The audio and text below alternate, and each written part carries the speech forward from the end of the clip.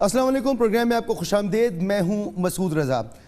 हुकूमत ने 1 साल पूरा होने के बाद अपने वज़रा से वज़ीर आज़म पाकिस्तान ने रिपोर्ट तलब की थी, कारकर्दगी रिपोर्ट, और वो रिपोर्ट भी यकीनी तौर पर जमा कराई गई मुख्तलिफ वज़रा की जानिब से, और किसी किस्म की कोई तादीबी कार्रवाई किसी वज़ीर के ख़िलाफ़ नहीं हुई। तो जिसका साफ मतलब यह है कि हुकूमत बड़ी मुतमईन है, तमाम वज़रा बहुत बेहतर तरीके से काम कर रहे हैं, और अच्छी बात है, बेहतर तरीके से काम करना भी चाहिए। अपोजिशन रहनुमाओं से पूछेंगे कि उनकी कारकर्दगी क्या है। बहरहाल जो मामलात इस वक्त सामने हैं उसमें कश्मीर का मामला बदस्तूर सर फहरिस्त है, और पूरी पाकिस्तानी कौम हर महाज पर, हर जगह कश्मीर के मामले पर आवाज़ उठा रही है, मुल्क के अंदर भी, मुल्क के बाहर भी। दूसरा सबसे बड़ा मसला हुकूमत के लिए वो मईशत की बहाली का मसला है, और मईशत की बहाली के लिए जो इक़दाम किए थे उसके नताइज भी कहीं कहीं आना शुरू हो गए हैं, और जो करंट अकाउंट डेफिसिट था उसमें वाज़ेह फ़र्क अब नज़र आ रहा है। स्टॉक मार्केट में ही बेहतरी हुई है, रुपए की कदर में भी मामूली सी बेहतरी सामने ज़रूर आई है। इसके अलावा जो अवामी सतह के मामला थे उसमें हुकूमत की कारकर्दगी को अभी भी तनकीद का सामना है। मिसाल के तौर पर पाकिस्तान के 2 बड़े शहर, जिसमें एक कराची और एक लाहौर, यहाँ पर सूरत हाल बहुत ही दिगरगू हैं, और इससे हुकूमत की जो पॉलिसीज़ हैं उनका अंदाज़ा लगाया जा सकता है।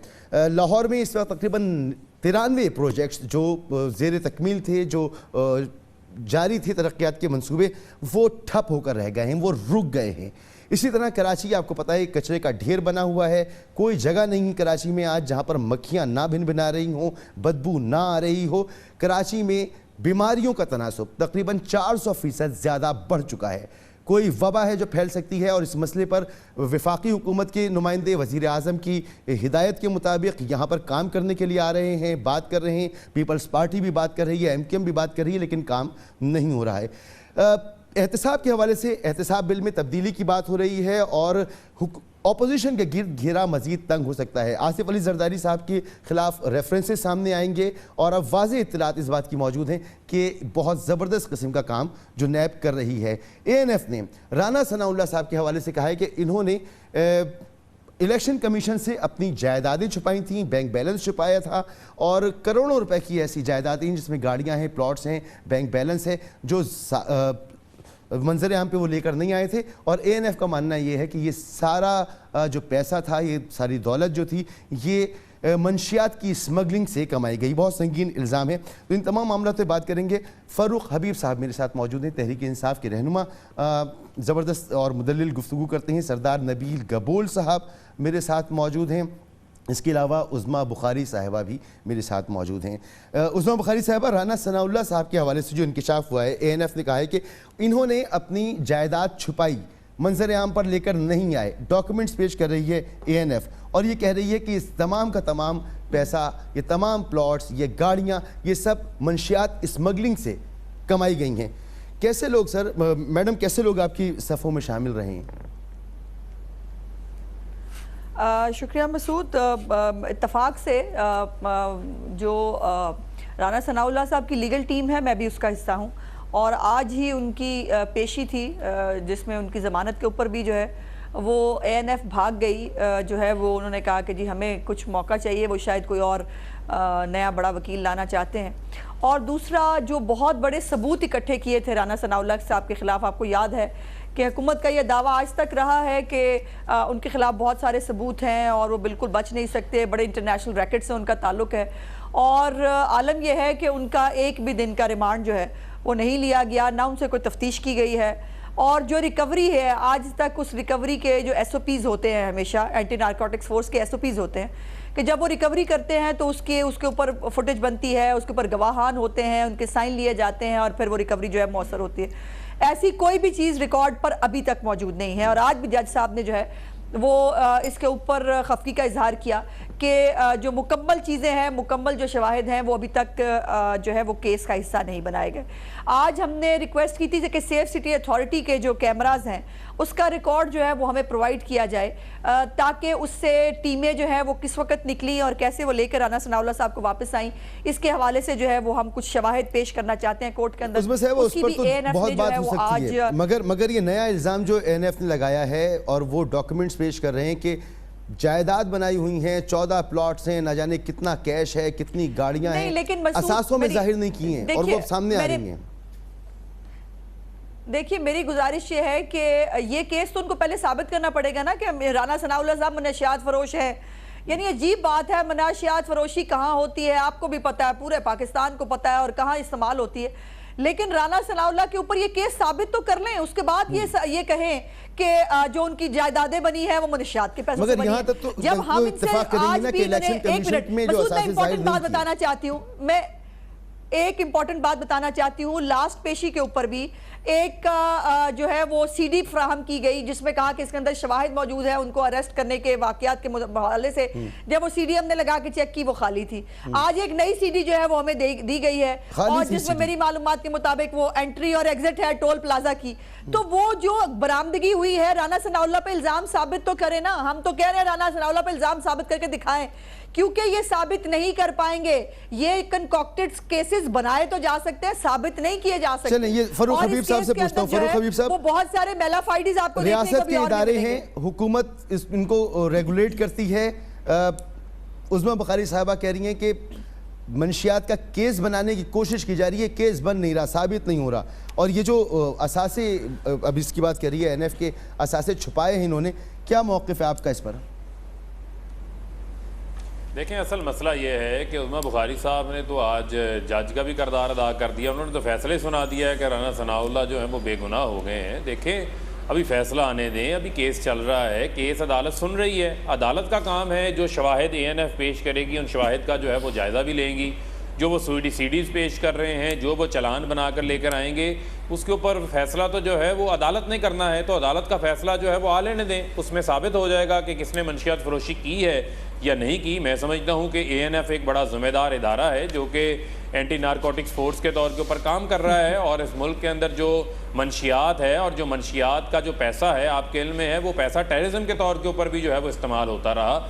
जो FATF के अंदर हमें आपके इल्म में है कि टेरर फाइनेंसिंग के हवाले से भी पाकिस्तान को पूरी दुनिया के अंदर उस केस का सामना करना पड़ा। ये कोई आम केस नहीं है, इसका रैकेट्स और इसका नेक्सस जो है वो बहुत बड़ा है। और उज़मा बुखारी साहिबा काफ़ी अरसा जो है वो पीपल्स पार्टी के अंदर रही हैं। शायद ये राना सनाउल्लाह को अच्छी तरह नहीं जानती, हम बड़ी अच्छी तरह जानते हैं। मैं जहाँ से मेरा ताल्लुक़ है, मेरे ही हल्के से जो है वो राना सनाउल्लाह साहब का भी जो है वो ताल्लुक़ है। हम बात नहीं करते राना सनाउल्लाह के बारे में। राना सनाउल्लाह के बारे में इन्हीं के ही साबका मिनिस्टर MNA आबिद शेर अली के वालिद साहब ये कहते रहे हैं कि उन्होंने 22 लोगों को जो है वो कत्ल करवाया। आप फैसलाबाद आए ना, अगर यहाँ से प्रोग्राम करें, लोग आपको बताएंगे।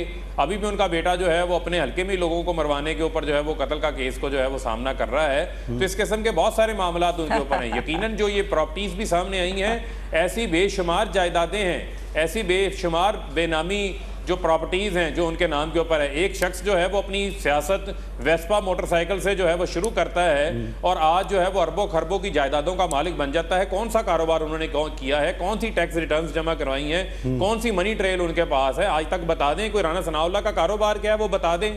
या आज वो वकील थे तो प्रोफेशनल कोई उनका चैम्बर रहा, उससे को फीसें लेती रही, ये आमदन कहाँ से आती रही है? ये सब पैसा जो है वो यहीं से बनाया गया है, यहीं से मामला चलाते रहे हैं। ये किसी और को जाके गुमराह करें, हम गुमराह नहीं हो सकते। चलिए आप एएनएफ की कारकर्दगी से मुतमईन हैं सर? पाकिस्तान की बात कर जी, मैं आता हूं आपके पास। एक चीज और पूछ लूं फरूख हबीब साहब, ये जो तरक्याती प्रोजेक्ट ठप होकर रह गए पंजाब में, उसका फैसला अदालत को लेने दें। चलें, अदालत को लेने दें। ये तरक्याती प्रोजेक्ट जो ठप होकर रह गए, 93 मंसूबे ऑनगोइंग प्रोजेक्ट्स बंद हो गए। देखें मसूद आपकी बात, आपने बड़ा रेलेवेंट क्वेश्चन किया, मुझे जरा इसका जवाब देने। देखें, मसाइल ये हैं कि 1300 अरब रुपए का खसारा पंजाब हुकूमत छोड़ के गई।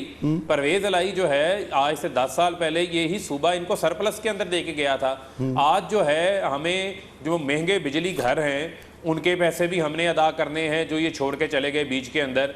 यहाँ पर जो है वो मेट्रो का जो इस साल हुकूमत को जो इन्होंने ऑरेंज ट्रेन लाइन शुरू की उसका 50 अरब रुपया हमें अदा करना पड़ गया। और कुछ ऐसे प्रोजेक्ट्स इन्होंने शुरू किए हुए हैं जो कि रैशनल प्रोजेक्ट्स नहीं है। मसल में लाहौर का मसला क्या है, लाहौर का पानी, लाहौर जब बारिश पड़ती है लाहौर डूब जाता है। लाहौर के ऊपर पिछले 5 साल के अंदर सिर्फ इन्होंने 4 अरब रुपया खर्च किया। अब हम लाहौर के अंदर जो है वो 20 अरब रुपए की स्कीम लेकर आ रहे हैं। हम सिर्फ उन तरजीहात के ऊपर काम कर रहे हैं जहां पर पैसा लगना चाहिए। वो जो गैर जरूरी मंसूबे जिनकी अभी जरूरत नहीं है, जिनकी जरूरत नहीं है, जो सिर्फ शोबाजियों के लिए बनाए गए थे, अगर उन मंसूबों को कुछ देर के लिए पीछे बैक बर्नर पर डाला जाता है तो हमारा मकसद ये है कि हम तालीम को, हम सेहत को और हम जो लोगों को जो उनकी रोजमर्रा की सहूलियात, जो शहर के निज़ाम को चलाने के हवाले से सहूलियात फराहम करना है, वो करें। हमें शौक नहीं है कि हम लंबे बूट पहनकर, सर पर हैट पहनकर शोबाजी के मंसूबे आप नहीं चलाना चाहते, मगर हैरत की बात ये फरूख हमीद साहब कि शोबाजी के मंसूबे हम आवाम को भी हुकूमत ने चला रही थी, ये शोबाजी के मंसूबे भी चल रहे थे, मईशत भी चल रही थी, कर्ज बढ़ भी रहा था, मगर मईशत का साइज बढ़ा था। नबील गबोल साहब, मईशत का साइज श्रिंक हो गया है, सुकड़ गया है, सब मानते हैं। हमारा जो जीडीपी है वो कम हो गया है। ये जो हुकूमत अपनी कामयाबियां गिनवा रही है, वाकई इसको कामयाबी गर्दानना भी चाहिए कि करंट अकाउंट डेफिसिट गो के कम हुआ है, मगर मईशत का साइज भी सुकड़ गया है।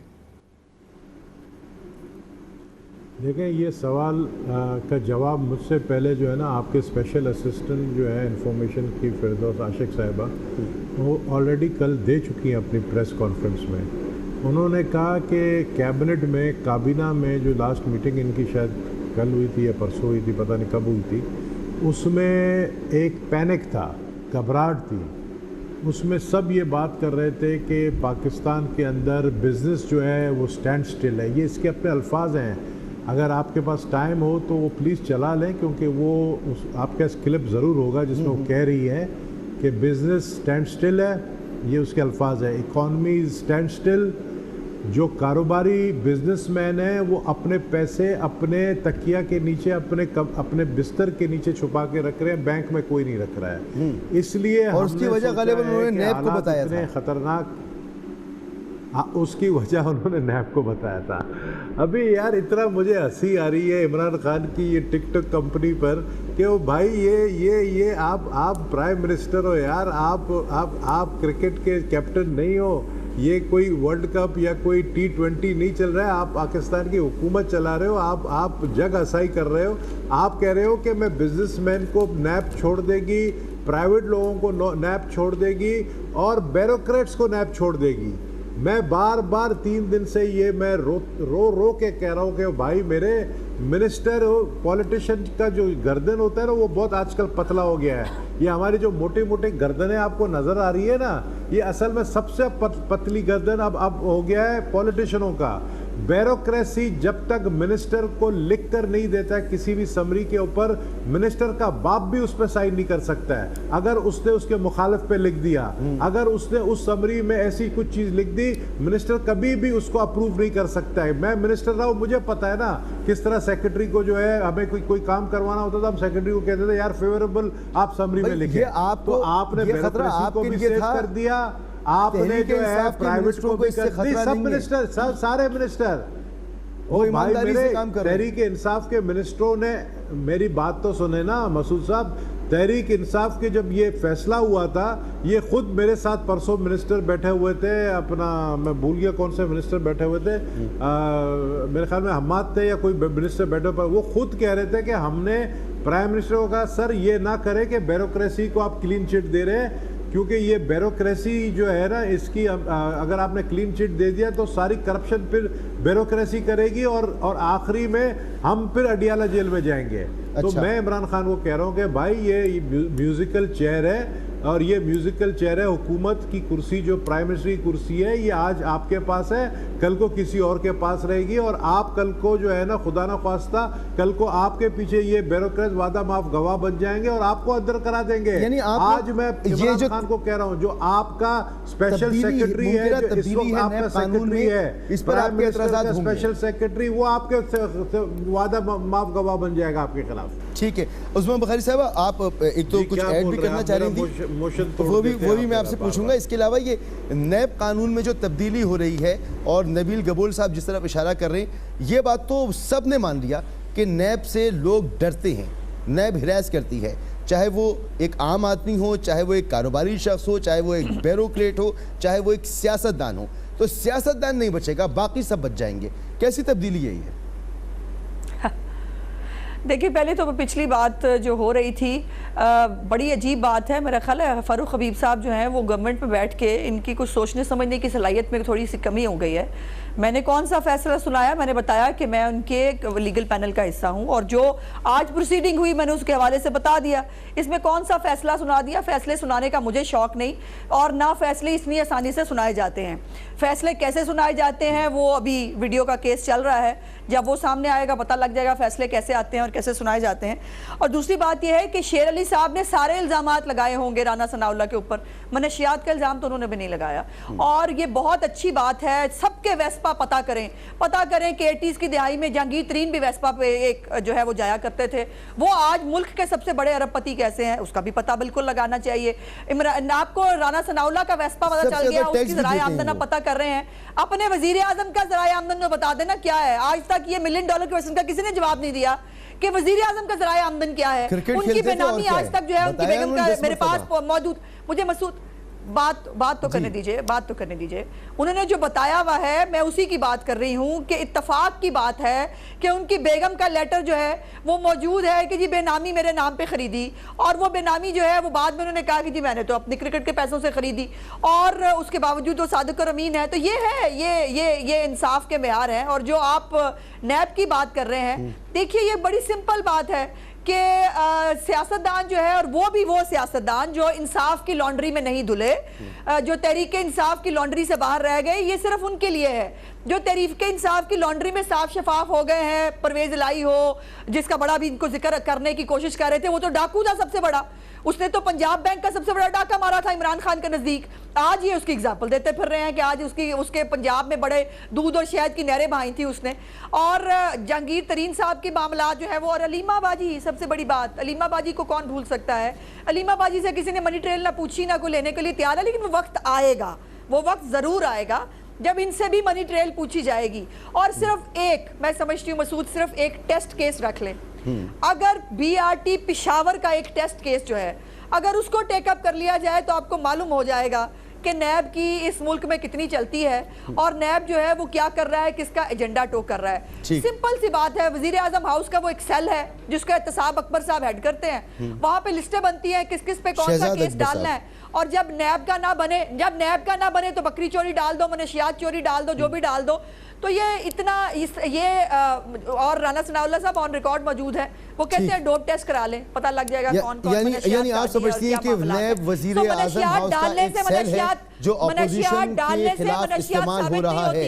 मनशियात का केस साबित करना पड़ेगा। फरूक हबीब साहब ये बात तो खुद तहरीक इंसाफ भी मान रही है कि नैब से लोग डरते हैं, हैरास होते हैं, और अब आपने ये फैसला किया है कि चाहे वो बिजनेसमैन हो, एक आम आदमी हो, ब्यूरोक्रेट हो, कोई भी हो, सब बच जाएंगे, सियासतदान नहीं बचेगा। अब आप समझते हैं कि ये जायज़ बात है? बिल्कुल जायज़ बात है। एक ब्रेक के बाद मैं आपसे पूछता हूँ, मुख्तसर सी break. Welcome back. Farooq Habib साहब, ब्रेक से पहले मैं पूछ रहा था कि नैब अगर हिरास करता है तो वो बाकी लोगों को हिरास नहीं करेगा, लेकिन सियासतदानों पर उसकी तलवार लटकती रहेगी।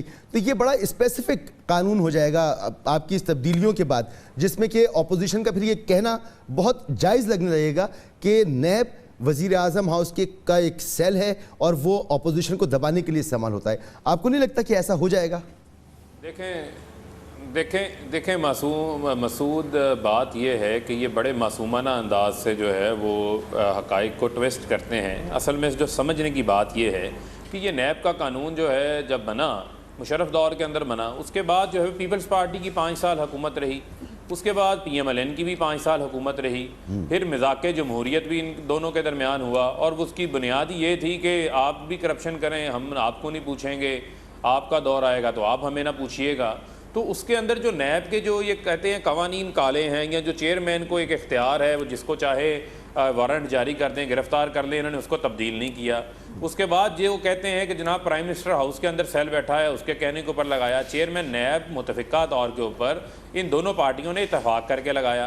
आज जितने भी केसेस का इनको सामना है, मुझे आप ये बताएं कि पनामा केस तहरीक इंसाफ हुकूमत में नहीं थी, इनकी अपनी हुकूमत के दौरान आया। इसी तरीके से जितना इनके ऊपर ये जो जाली मनी लॉन्ड्रिंग का जो केस है, जाली अकाउंट्स का केस है, ये इनके चहीते चौधरी निसार साहब ये बात तो सब मानती है ना। बता के भी गए थे। सवाल मेरा मुख्तलिफ है, सवाल मुख्तलिफ है ना, ये बातें हम बार-बार सुनते हैं। उसी तरफ आ रहा हूँ जी, मैं उसी तरफ मसूद, मैं उसी तरफ आ रहा हूँ, मुझे जरा उसका कॉन्टेक्स्ट बता लेने दें, मुझे उसका कॉन्टेक्स्ट बता लेने दें। चौधरी निसार जो है वो जाली अकाउंट्स का केस इनिशिएट करके गए, जब वो ये कह कर गए कि बिलावल और अयान अली के पैसे एक ही अकाउंट से जो है वो जाते रहे। अब मामला ये है कि जो नैब के कवानीन की खास तौर पे जो बात की गई, जो स्पेसिफिक बात है, जो खास तौर पे वो बात ये है कि नैब का जब कानून बनाया गया तो उसको ये पावर्स भी दी गई कि वो इनफरादी तौर के ऊपर वो अफराद जो कि कारोबारी लोग हैं, जिनका किसी ताल्लुक नहीं है किसी उसके साथ, किसी पब्लिक ऑफिस के साथ, ना वो ब्यूरोक्रेट हैं, ना वो कोई मिनिस्टर्स हैं, ना वो कोई पब्लिक ऑफिस के तहत इख्तियारात का इस्तेमाल करके फ़ायदा उठा सकते, वो बिजनेस होल्डर्स हैं जो कि अवाम के साथ किसी सतह के ऊपर जो है वो कारोबार करते हैं, दो आपसी लोगों का, प्राइवेट लोगों का लेन देन है, उसके अंदर भी नैब के पास इख्तियार था। तो वहाँ पर हमारे पास सिविल और क्रिमिनल लॉज मौजूद हैं, हमारे पास दीगर कोर्ट्स मौजूद हैं। तो जब नैब उनको हरासा करती थी तो उससे जो है वो खौफ फैलता था। उस चीज के ऊपर हम अमेंडमेंट लेकर आ रहे हैं, ब्यूरोक्रेट्स की भी तो बात है ना, इख्तियार होगा, वो पार्लियामेंट में बिल पेश होगा, सुन लें, वो पार्लियामेंट में भी बिल पेश होगा, उसके अंदर ये नहीं है जो ब्यूरोक्रेसी है, ब्यूरोक्रेसी को आप कैसे अलग कर सकते हैं,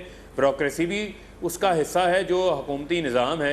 इसी तरीके से जो हुकूमती नुमाइंदगान हैं, वुज़रा हैं, जिनके पास इख्तियारात हैं, वो सिस्टम का हिस्सा हैं, या उनके वो फ्रंटमैन जो उनके लिए वो किरदार अदा करते हैं, वो इस चीज़ का, इस कानून का हिस्सा हैं, उसको हम उससे जो है वो दूर नहीं कर रहे। यानी मैं ये समझूं आप ये कह रहे हैं कि ब्यूरोक्रेट्स जो हैं उनकी जान खुलासी नहीं होगी। इस पे तो सुन लें मसूद, इस पे तो इनको खुश होना चाहिए, क्योंकि इनकी माशाल्लाह से सारी क़यादत जो है वो जेलों के अंदर है। दूसरी जो अमेंडमेंट आ रही है वो ये आ रही है कि ट्रायल कोर्ट को इख्तियार दे रहे हैं ज़मानत का, आपको हाई कोर्ट में जाने की ज़रूरत नहीं पड़ेगी, क्योंकि जस्टिस खोसा की ये इसके ऊपर सुप्रीम कोर्ट का फैसला आया है कि हमारे ऊपर बहुत प्रेशर आ जाता है कि आप ये इख्तियार ट्रायल कोर्ट को दें, तो वो ट्रायल कोर्ट को देने जा रहे हैं। तो इसमें अगर इनकी कोई तजावीज़ होंगी उनको भी हम ले लेंगे। अब ये तो नहीं हो सकता कि ये चाहें कि मुकमुका हो जाए, इनको कोई NRO मिल जाए, ये एहतसाब का अमल जो है वो रोल बैक हो जाए, वो नहीं हो सकता।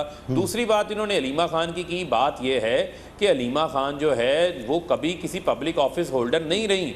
जब उनकी ये जायदादें बनी तो उनका भाई भी पब्लिक ऑफिस होल्डर नहीं था। तो खुदारा इस बात को आप समझ लिया करें, हकाइक को आप ट्विस्ट ना किया करें। दूसरा मसला ये है कि आप जहांगीर तरीन की बात करते हैं, तो जहांगीर तरीन इस मुल्क के अंदर सबसे ज़्यादा टैक्स देने वाला है। नवाज शरीफ तो एक वक्त था 0 टैक्स देते थे, फिर 5000 टैक्स उन्होंने दिया, तो वो तो शुरू से कहते हैं अब जद्दी पुश्ती बड़े अमीर हैं, तो टैक्स कितना दिया उन्होंने। जहांगीर तरीन के खिलाफ आपको इशू है तो चले जाएं। इमरान खान की बात की तो इमरान खान ने तो अपना 45 साल की कमाई का रिकॉर्ड सुप्रीम कोर्ट में दिया, वहां से सुप्रीम कोर्ट ने उनको सादिक और अमीन डिक्लेयर किया। आपने तो सेक्शन 4 लगाकर जो है वो रायवंड की जमीनें हथियाई। अच्छा फरूक भाई, ये बात भी क्लियर कर दीजिए कि वजीर आजम की जब बात की जाती है, ऑपोजिशन की बात करती है, तो कहती है कि वजीर आजम की जो डिक्लेयर्ड जायदाद है वो तकरीबन 1.5 अरब रुपए की जायदाद है, जो डिक्लेयर्ड जायदाद है, उसके ऊपर जो टैक्स का तनासुब है वो तो एक बहुत ही आम आदमी जैसा टैक्स पे करता है वैसा टैक्स है। नहीं मसूद सुन लें, आप भी समझदार हैं। देखें मामला ये है कि जब वो जायदाद खरीदी गई उसकी कीमत उस वक्त क्या थी। आज आप जब अपनी एसेट्स डिक्लेयर करते हैं तो आप अपनी मौजूदा वैल्यू के ऊपर डिक्लेयर करते हैं। तो प्राइम मिनिस्टर ने तो अपना इनकम टैक्स पे करना है ना, या उनकी अगर कोई और अदर सोर्स इनकम होगी वो उसके ऊपर अपना टैक्स अदा करेंगे। वजीर आजम नहीं तो ना तो उनकी कोई फैक्ट्रियां हैं, ना उनकी कोई इंडस्ट्री है, जो कुछ है पाकिस्तान के अंदर है और डिक्लेयर्ड है। ये यहाँ से पैसा लूट के बाहर लेके गए हैं। ठीक है, आपका पॉइंट बिल्कुल आ गया, बाहर से कमाकर मुल्क के अंदर लेकर बिल्कुल आपका पॉइंट आ गया नबील भाई, ये वादे फर्क है। अब तो वजीर आजम को हदफ तनकीद नहीं बनाएंगे ना, इसहाक डार बाकी सारी सलमान शहबाज मुल्क से बाहर हैं। क्यों बाहर हैं? क्योंकि वो लूटा हुआ पैसा मुल्क से बाहर है। अब वजीर आजम को और उनकी बहन को हदफ तनकीद नहीं बनाएंगे। फारूक हबीब साहब ने वाज़ेह कर दिया है। फारूक हबीब को नहीं पता है ना ये बात। फारूक हबीब काबीना में नहीं बैठता है, काबीना के अंदर जो बैठते हैं उन लोगों ने ये बातें की हैं। इमरान खान को कहा है कि भाई ब्यूरोक्रेसी को आप क्यों छोड़ रहे हैं। इमरान खान ने साफ जवाब दिया है। इमरान खान ने कहा है कि ब्यूरोक्रेसी को इसलिए मैं छोड़ रहा हूँ क्योंकि मेरी गवर्नमेंट हुकूमत के कोई काम नहीं हो रहे हैं। कोई स्कीम जो है सेक्रेटरी जो डिप्टी सेक्रेटरी जो है उसको आगे नहीं कर रहे हैं, मिनिस्टर रो रहे हैं, मिनिस्टर कह रहे हैं हमारे साथ ताउन नहीं कर रहे हैं, ब्यूरोक्रेसी वो डर रहे हैं कोई काम करते हुए। ना सिर्फ फेडरल गवर्नमेंट में, सूबाई हुकूमतों में भी। मैं सिंध का आपको मिसाल दूं, सिंध के अंदर एक प्रोजेक्ट है, मैं आपको मिसाल दूं, ये जो सोलर लाइट, स्ट्रीट लाइट्स का 5000 सोलर के स्ट्रीट लाइट्स जो है वो पड़े हुए हैं एक जगह पर, जो सड़कें खराब हो रहे हैं, करोड़ अरबों रुपए का जो है वो सामान है, वो सेक्रेटरी साइन नहीं कर रहे डरते हुए कि कहीं मैं नैब मुझे नहीं उठा ले। वो उसने साफ, इमरान खान ने साफ कहा कि भाई इनको हमें खुली छूट देनी पड़ेगी, ये करप्शन करते करने दो, लेकिन कम से कम डेवलपमेंट का काम हो। मुझे बताए 1 साल के अंदर एक भी कारनामा इमरान खान का बता दे, माँ सिवाय कि उसने जो है 4, 5, 6 लोगों को गिरफ्तार करके जेल में डाल दिया है, और वो भी बगैर कन्विक्शन का, वो भी बगैर उनके पास कोई केस साबित नहीं हुआ। शाहिद खाकान अब्बासी साहब को जो जेल में डाला हुआ है, मुझे बताया वो एक ऐसा केस है जिसमें साफ जो है सेक्रेटरी अंदर होता है, सेक्रेटरी को उन्होंने वादा माफ गवाह बना दिया है। यानी आप लॉलीपॉप देखेंगे, लॉलीपॉप नैब क्या दे रही है सेक्रेटरीज को और ब्यूरोक्रेसी को, कि हम आपको, अगर आप सुल्तानी गवाह बनेंगे तो हम आपको प्रमोट भी करवाएंगे, तो हम शाहिद खाकान अब्बासी साहब का मामला है, भी देंगे। क्योंकि आप पीपल्स पार्टी से हैं, तो आप देखें ना पीपल्स पार्टी ने सिंध में किया है, 10 साल में क्या कुछ किया है। अब तो 10 साल से भी ज्यादा की बात हो गई है, कुछ नहीं किया। कराची को देखें सर, आपके घर में भी आज मक्खियां भरी हुई होंगी। मैं कौन सा डिफेंड कर रहा हूँ, मैं कौन सा डिफेंड कर रहा हूँ? मैं तो कह रहा हूँ ये हमारी नाकामी है सिंध के अंदर, मैं तो कह रहा हूँ हमारी नाकामी है, मैं कौन सा डिफेंड कर रहा हूँ? मैं कहता हूँ हमाम में सब नंगे हैं, मैं कौन सा डिफेंड कर रहा हूँ? बात यह है कि भाई जब ब्यूरोक्रेसी काम नहीं करेगी और ब्यूरोक्रेसी आपको ब्लैकमेल करेगी कि जी हमें क्यों नैब तंग कर रही है, हम काम नहीं करेंगे, तो फिर मिनिस्टर के पास क्या पावर रह जाता है, वो क्या काम करेगा? लोकल गवर्नमेंट का मिनिस्टर के नीचे अंडर जो है आपके वाटर बोर्ड आता है, वाटर बोर्ड का एमडी जो है काम नहीं करता। मेरा हल्का लियारी, ये जो बारिश हुआ था, बारिश के बाद से कीचड़ में जो है डबोआ, अभी तक डूबा हुआ है, लेकिन वाटर बोर्ड काम नहीं कर रहा है। जब मैं लोकल गवर्नमेंट के मिनिस्टर से पूछता हूं तो वो एमडी उसकी बात नहीं सुनता है। मुझे बताया बिलावल भुट्टो साहब जो है सवात गए हुए हैं, अपना कालाम गए हुए हैं, उनको मैंने मैसेज किया कि कालाम के ये जो खूबसूरत नज़ारे हैं, ये जो लेक्स आप देख रहे हैं, ये आके लियारी में भी आप देखें, आपके वाटर बोर्ड, आपके लोग काम नहीं कर रहे हैं। यहाँ पर भी आके थे, ये मैंने बोला है, मैं अपने पार्टी के लिए भी बोलता हूँ। तो हम कहते हैं हमारी नाअहलियत है, हम कहते हैं हमारी नाकामी है, सब हमाम में सब एक नंगे, सब साथ है, एक ही साथ है। लेकिन बात यह है कि यार इसके तरीक़ेकार होता है। आप ब्लैकमेल में अगर आकर ब्यूरोक्रेसी के ये कहोगे कि ब्यूरोक्रेसी को हम हाथ नहीं लगाएंगे, आपने उनको लाइसेंस दे दिया करप्शन का। आपको पता है कि कितने अभी यहाँ पे इस वक्त अगर मिनिस्टरों का तो कोई काम नहीं है, ये सब कुछ क्यों हो रहा है? ये इसलिए हो रहा है प्रेसिडेंशियल फॉर्म ऑफ गवर्नमेंट लाने के लिए, जहां पर ना कोई मिनिस्टर होगा, ना किसी का पावर्स होंगे, ब्यूरोक्रेसी का पावर होगा, और सारे जितने भी ये जो काबीना बनेगी, इसके अंदर आप देखेंगे सारे ये ब्यूरोक्रेसी के ही लोग होंगे। ऐसे तो किसी भी इम्कान को वज़ीर आज़म ने भी रद्द किया है, मुझे नजर नहीं आ रहा है। उस्मा बखारी साहिबा, फ़रूक हबीब साहब कह रहे हैं कि नैब कानून में जो तब्दीली करने जा रहे हैं उसमें ब्यूरोक्रेट्स जो हैं उनको किसी किस्म का इस्तिस्ना नहीं मिलेगा। फिरदौस आशिक आवान साहिबा की गुफ्तगू हमारे सामने मौजूद है, जिन्होंने बारहा ये कहा कि लोग पैसा खर्च नहीं कर रहे, लगा नहीं रहे, क्योंकि ब्यूरोक्रेसी और ताजिर डरा हुआ है, हिरास हुआ है, तो इनको हमें रिलीफ देना है। वज़ीर आज़म ने ऐसा कहा है। फ़रूक हबीब साहब कह रहे हैं ऐसा नहीं है। आप क्या समझती हैं कि कानून में जो मुजव्वज़ा तब्दीलियाँ होंगी उस पर अपोजिशन को ऑन बोर्ड लेना बहुत ज़रूरी है, या हुकूमत अपने तौर पे भी जो फैसला करना चाहे कर ले? नहीं, देखिए, एक तो ये इस अभी तक अव्वल तो कोई लंबी चौड़ी कानून साजी हुई नहीं नेशनल असेंबली में, और जो 1-2 कानून पास हुए हैं वो अपोजिशन के कोऑपरेशन के साथ हुए हैं। ये अपने आप कानून पास करने की भी सूरत हाल में नहीं है, ये बात ज़रा ज़हन में रखिए। और अब मुझे बड़ा दिल चाहता है मैं फ़रूक हबीब साहब की बातों पे एतबार कर लूँ, लेकिन मैं कर नहीं सकती ना, क्योंकि वो जो फिरदौस आपा हैं उनके पास जो ओहदा है वो मुझे डिमांड करता है कि मैं उनकी बात का एतबार करूँ कि जो वो कह रही हैं वो दुरुस्त है। और ये पर्सन स्पेसिफिक लॉज जो हैं ये इंट्रोड्यूस कराने की कोशिश की जा रही है। अब ये जो ब्यूरोक्रेसी के लिए इतनी मोहब्बत जागी है वज़ीर आज़म साहब को, वो काहे के लिए है? क्योंकि जो अपने पर्सनल सेक्रेटरी साहब हैं इस वक्त, वो KPK के जब चीफ सेक्रेटरी साहब थे, और वहां पर उनके ऊपर भी इंक्वायरियां मौजूद हैं। पर्सनल सेक्रेटरी साहब के ऊपर इंक्वायरियां मौजूद है और उसके बाद अब पूरे मुल्क के अंदर स्टैंड स्टिल की सूरत हाल है और वो इनकी नाकामी और नालायकी की वजह से भी लोग काम नहीं कर रहे और जिसको ये अब बनाने की कोशिश कर रहे हैं कि जी वो नैब के वो उसकी वजह से नैब किसके ऊपर काम कर रही है। नैब आप कह रहे हैं सियासतदान, नो, नैब सिर्फ ऑपोजिशन के सियासतदानों के खिलाफ काम कर रही है। जो 5 साल हुकूमतें थी ना, उन हुकूमतों ने यही गलत किया कि चले इसके अंदर अगर उन्होंने आप जब हमें धरने के अंदर लॉकडाउन के अंदर 4 साल उलझाए बैठे थे ना, तो हमारी कॉन्सेंट्रेशन थी कि बिजली पूरी कर लें, हमारी कॉन्सेंट्रेशन थी मुल्क में इंफ्रास्ट्रक्चर कर लें, हमारे दिमाग में इस सियासी इंतकाम का निशाना बनाना किसी को नहीं था, इसीलिए हमारे दौरे हुकूमत में आपने अपने ऐसा कोई केस नहीं देखा। अब इनको बड़ा देखें ना, अलीमा बाजी जो है वो किसी ओहदे पर नहीं थी, यही तो सबसे बड़ी फनकारी है अलीमा बाजी की कि वो ओहदे पर ना होने के बावजूद ज़कात और खैरात का पैसा खा के वो आज सिलाई मशीनों का कारोबार बता रही है। सिलाई मशीनों के कारोबार से उन्होंने इतनी तरक्की कर ली और भाई एक एक सिलाई मशीन ये हमें भी बांट दो, हमें भी पता चले अरब रुपए की जो है वो प्रॉपर्टी कैसे बन जाती है।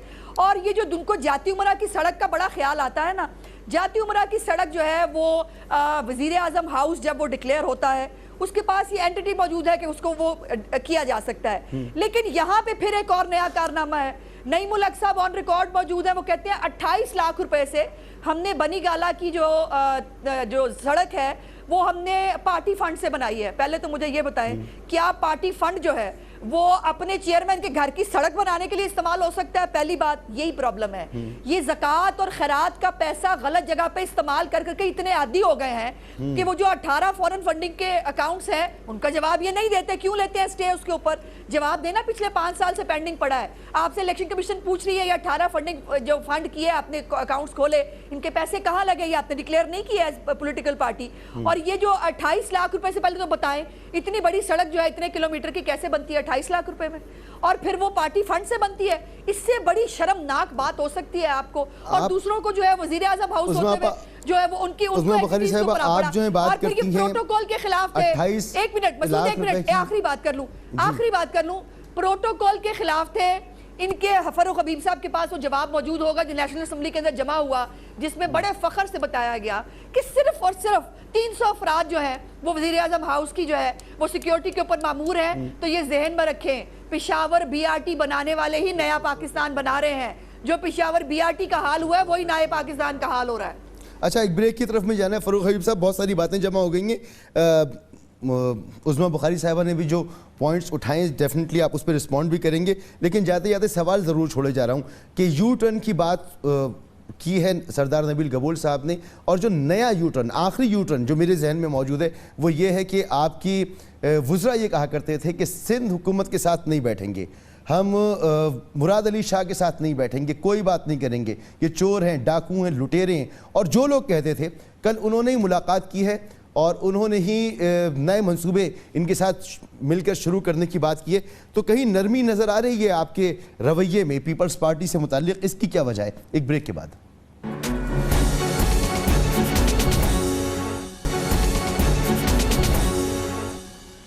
प्रोग्राम में आपको एक बार फिर खुशामदीद। फारूक हबीब साहब, ब्रेक से पहले उज़्मा बुखारी साहिबा ने याद दिलाया एक बार फिर कि आपके चेयरमैन के घर की सड़क पार्टी फंड से आप लोगों ने बना ली। सर, ये इसमें कितनी हकीकत है? और अगर ऐसा हुआ है तो ये तो वाकई एक अफसोस की बात है कि पार्टी के सरबराह की घर की सड़क आप पार्टी फंड से बना रहे हैं। दूसरा ये कि पीपल्स पार्टी के साथ आप मिल के बैठने की बात ही नहीं करते थे। कुछ अर्से पहले मेरी बात हुई जब फैसल वाडा साहब से, और मैंने उनसे कहा कि आप कराची के मसले पर क्यों बात नहीं करते, तो उन्होंने कहा नहीं करेंगे इनसे बात, ये चोर हैं, ये डाकू हैं, ये लुटेरे हैं, इन सबको जेलों में जाना है। लेकिन कल सिंध बिराज के मामले पर वो वज़ीर आला से मिले और उन्होंने कहा कि वज़ीर आज़म ने मुझे भेजा है और वज़ीर आज़म और वज़ीर आला सिंध की बहुत जल्द मुलाकात भी होगी। तो जी, वज़ीर आज़म साहब अब उस शख्स से मुलाकात करेंगे जिसके लिए आपकी पूरी हुकूमत ये कहती है कि इन्होंने ओमनी ग्रुप को अरबों खरबों रुपए का फ़ायदा पहुँचाया है, करप्शन की है। देखें, सबसे पहली बात तो ये है मसूद, मुझे तो इनकी बात सुन के जो है ना बड़ी हंसी आ रही थी।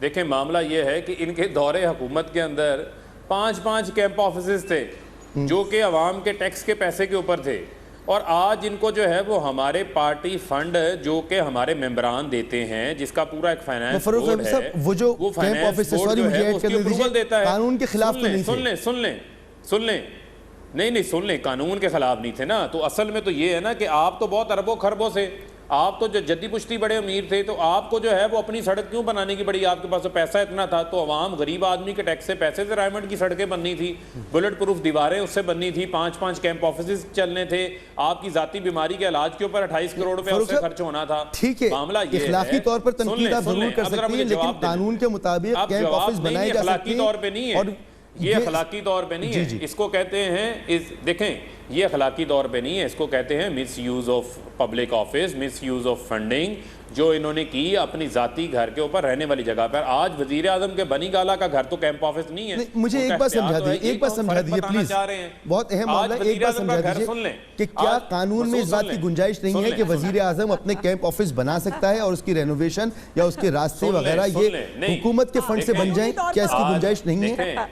देखें सुन लें, ड्रामेबाजी हमने नहीं की देखें, थी वजीर आजम को तमाम तर इख्तियारात जो हैं वो मौजूद हैं, लेकिन वो क्यों जिस अवाम का 30,000 अरब रुपए के अंदर खर्चे ये छोड़ के गए हों, कर्जों के अंदर, जिसकी 2.5 करोड़ बच्चा स्कूलों से बाहर ये छोड़ के गए हों, जिसकी मैशियत का बुरा हाल ये लोग छोड़ के गए हों, उसका वजीर आजम तो नहीं $5 लाख खर्च करता अमेरिका के दौरे पे, वो तो प्राइवेट जो है वो कंपनी के जहाज पे चले जाता है, $50,000 के अंदर दौरा करके आ जाता है, 150-200 लोगों का जत्था अपने साथ लेके नहीं जाता। देखे ना, यही अच्छी बात है कि आज के वजीर आजम का बनी गाला का घर भी कैंप ऑफिस नहीं है, वो तो प्राइम मिनिस्टर सेक्रेटेरिएट के अखराजात को भी उन्होंने कम कर दिया।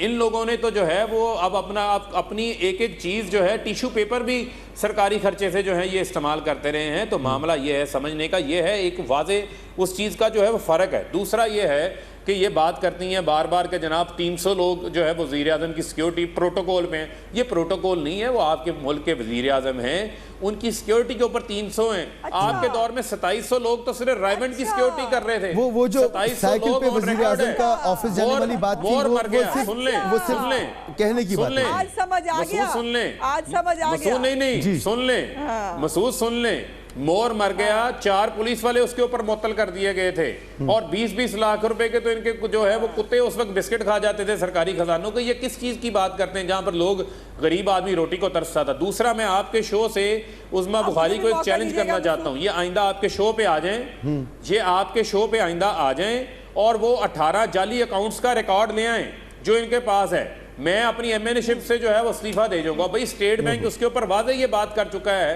कि कोई 18 जाली अकाउंट्स नहीं है। बाकी आपकी फॉरेन फंडिंग का केस मैं लेकर गया हूं, पीपल्स पार्टी का, नून लीग का, इलेक्शन कमीशन में आए, उसका तो जवाब दे लें, आपने लंदन में जो है वो पब्लिक प्राइवेट कंपनी बना ली, वहां से पैसा उसको मनी लॉन्ड्रिंग के लिए आप जवाब ले लेना, हाथ के हाथ जवाब ले लीजिए। अपनी पार्टी को 10 करोड़ रुपया फंड देते हैं, अपनी पार्टी को 5 करोड़ रुपया पार्टी से फिर वापस ले लेते हैं। चैलेंज कर रहे हैं आपको करने का ये तरीका है।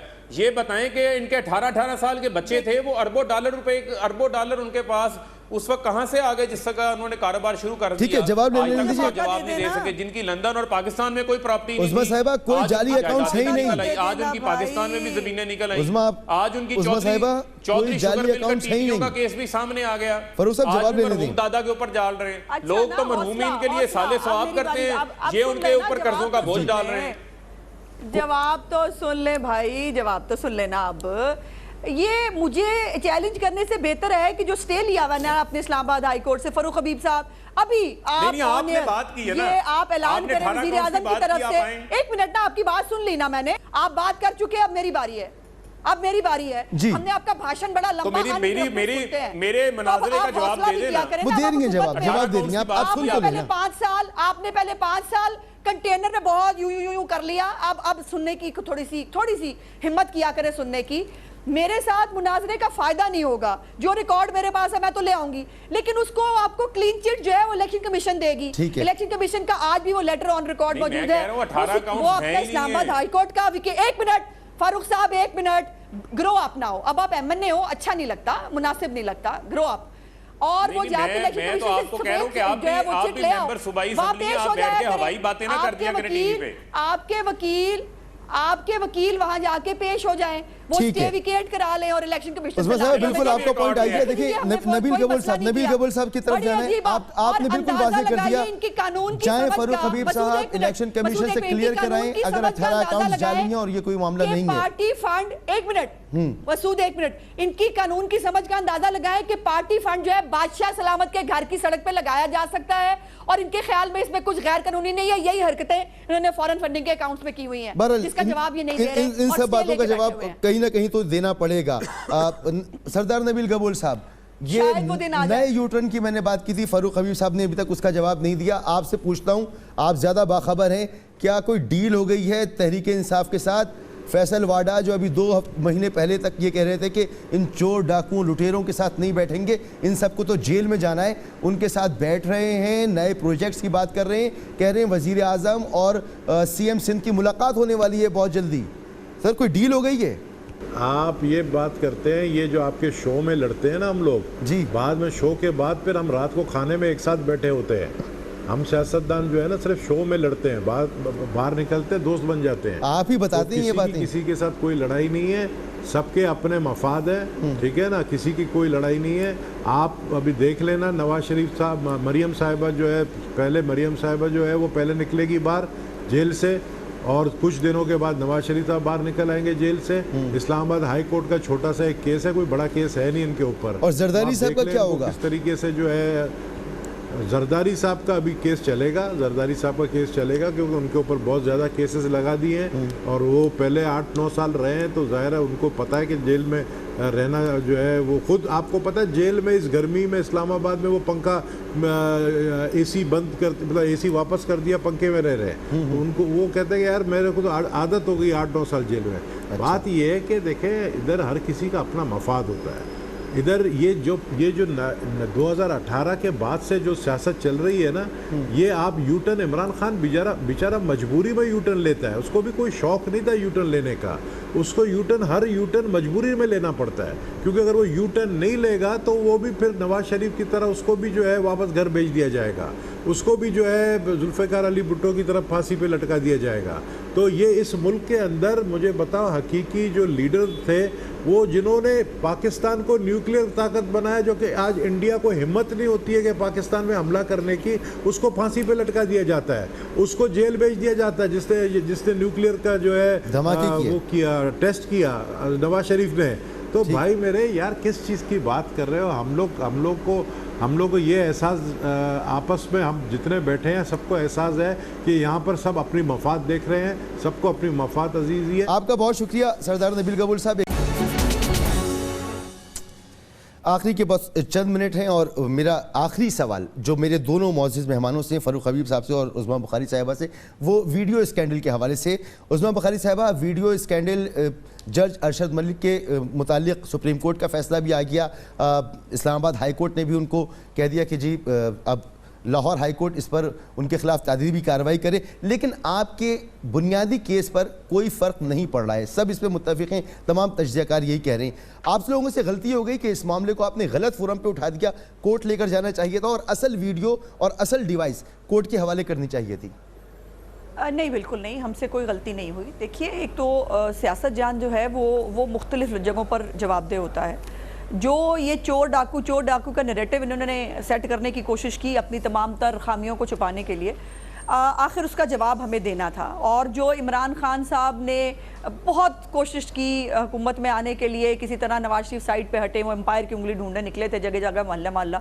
और अगर नवाज शरीफ साहब बाहर होते तो यकीनन इमरान खान साहब वजीर आजम ना होते। तो 18 सितंबर डेट है, 18 सितंबर डेट है, अपील की डेट 18 सितंबर है और इस वीडियो को ऑलरेडी अपील का हिस्सा बना दिया गया है। फारूक हबीब साहब, ये जो वीडियो स्कैंडल है इस पर जज साहब के खिलाफ सुप्रीम कोर्ट के ही बड़े सख्त रिमार्क्स आ गए हैं, इस्लामाबाद हाई कोर्ट ने भी उस पर फैसला दे दिया है, तादीबी कार्रवाई करने की सिफारिश भी कर दी है।